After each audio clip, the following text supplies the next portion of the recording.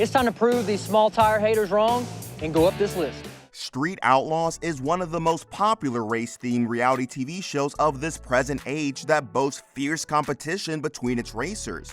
What makes Street Outlaws unique is the different types of races it boasts of and the feud between the racers on the racetrack.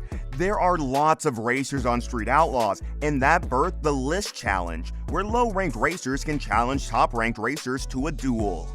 From JJ to Boss to Daddy Dave and then Doughboy, the list goes on. Everyone has a unique character that they bring to the show, and today we're bringing the popular racer Chris Hamilton, also known as Boosted GT, to you. So without further ado, let's dive in. He bangs the light. I felt like we left pretty even, but then Joe kind of got out on me a little bit. But then I don't know if he had to pedal or what. I just know I went around him, made an A to B pass, and took home the win. Not many know Chris Hamilton as Chris, but Boosted GT.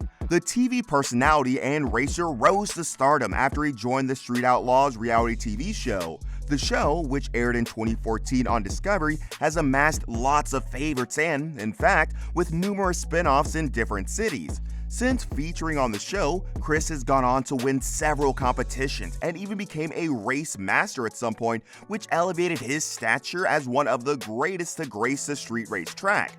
Chris's popularity is well beyond local fame. He's now a global racer that has fans all around the world, and the comments on his Facebook post agree with that. Chris is arguably one of the few racers who never back down from any challenge on the race driving circuit. His confidence is top-notch, and that gave him a career worthy of emulating on Street Outlaws. Before Chris's popularity soared as Boosted GT, he was just Chris Hamilton, who was born in Fort Worth, Texas, and grew up having a normal life like other kids. Like most racers, Chris also inherited his passion for racing from his father. Chris's father, who was actively involved in racing from the 1960s up to the 1980s.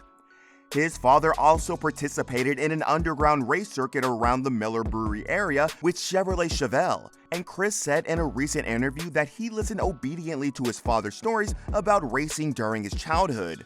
Under his father's tutelage, Chris adopted some great racing legends like John Force, Bill Elliott, and Richard Petty. Chris's father's ambition for his son was crystal clear. He should become a top-ranked racer and establish his legacy. He learned a lot about cars from his father, including how to dismantle, repair, and couple them back from scratch. This skill helped him when he started racing, so he didn't have to hire a mechanic to fix and modify his race car for him. Basically, Chris's father laid the foundation of what adulthood looks like for his son, and he did learn exceptionally. Initially, Chris thought all his father was teaching him would only be needed when he blew up the tires of his car, when his brakes required adjustments, or when something went wrong with the car.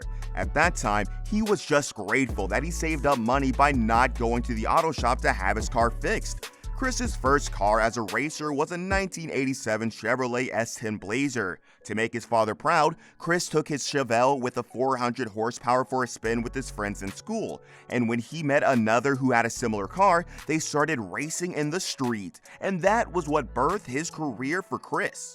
The race turned into a weekly thing for Chris and his friends, and after some years, he learned how to trade cars with more firepower.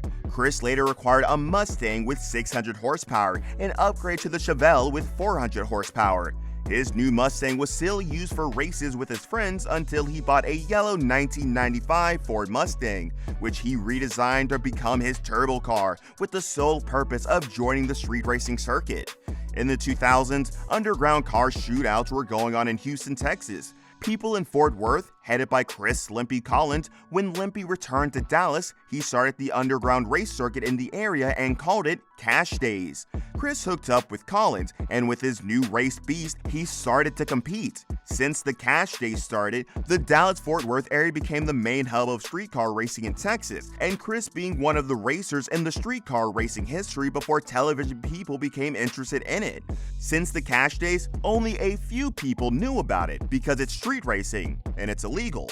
Only those with connections knew about the race. After a while, racers from Oklahoma started checking them out. A healthy relationship between the state's racers started, and California TV approached Limpy, who was the founder, but he turned them down due to the race being an illegal competition.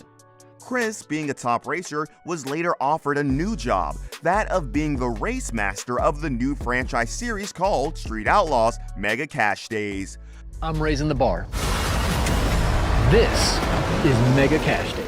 The job was about hosting the event instead of driving at all times. The opportunity presented to him was more of Limpy's own, so he took the chance and the rest is history. Discovery Channel knew all about Chris's exploits in Cash Days and his relationship with Limpy, and Discovery was convinced. Chris has learned a lot, and with his experience, he would be an excellent addition to the team. Chris had been known to be a very level-headed guy and could work with different personalities. With 64 drivers and 3 crews for each driver, each race could be chaotic if the race master didn't have the right attitude to balance their egos. He said in an interview, "You have to make a call and stick to it. You have to own it. Don't get run over by anyone with a strong hand." Chris's experience with Limpy really did pay off when he was appointed race master, and one of the lessons was never to take anything personally. He said in a recent interview, "Most of the time, those people who were lashing out were upset at something, but not at you. So being able to remain calm and not get involved is a special kind of gift." Chris's kind of character made him popular as he managed to remain humble and calm as always. The race debuted on the air in January 2021 with 100K on the line. The result of the competition was kind of controversial according to many fans because no one really knew the winner. A newbie won the race out of all the popular races from Texas, Memphis, and Oklahoma. Chris hasn't been in the news recently, but when the news of Chris dating another streetcar racer, Kayla Morton, surfaced online, it got many talking. And many fans and well-wishers called them the power couple in the street racing community. Kayla had a similar background to Chris. Her father was a racing pro in the 1980s, which means she grew up around racetracks and car shops. In the streets of Oklahoma, Kayla is a top female street race driver, so there are no surprises why she's featured on Street Outlaws. Just as predicted, Chris, a race event master from Texas, dating a top racer from Oklahoma wasn't acceptable to many racers in Oklahoma, and they did give them a tough time, which they scaled through. However, some fans noticed that during Chris's latest interview, his answers were straightforward and he didn't mention anything about Kayla, which made them go and look up his social media pages and find no recent pictures of them together. So that caused another speculation that Chris and Kayla had gone their separate ways. Although there's no reliable information about the breakup, Chris indeed has turned down posting Kayla's picture, which could mean just one thing. Their pronouncement of being committed to the relationship for the long haul was a thing of the past.